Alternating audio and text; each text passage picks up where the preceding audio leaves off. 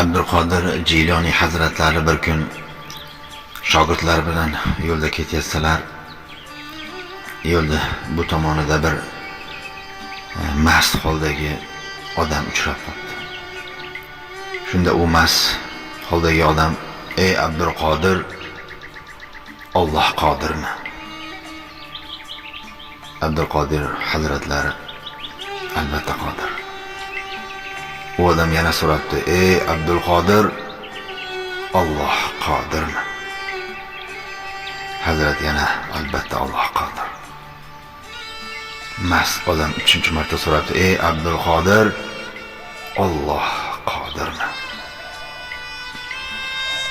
Abdulqodir Jiloniy hazratlari yig'labdi.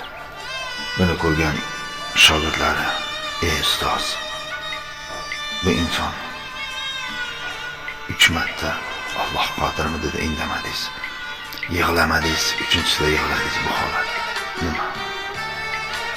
Bu odam 1-marta so'raganda: "Ey Abdulqodir, Alloh meni gunohlarimni kechirib jannatga kiritishga qodirmi dedi. "Men qodir" dedim.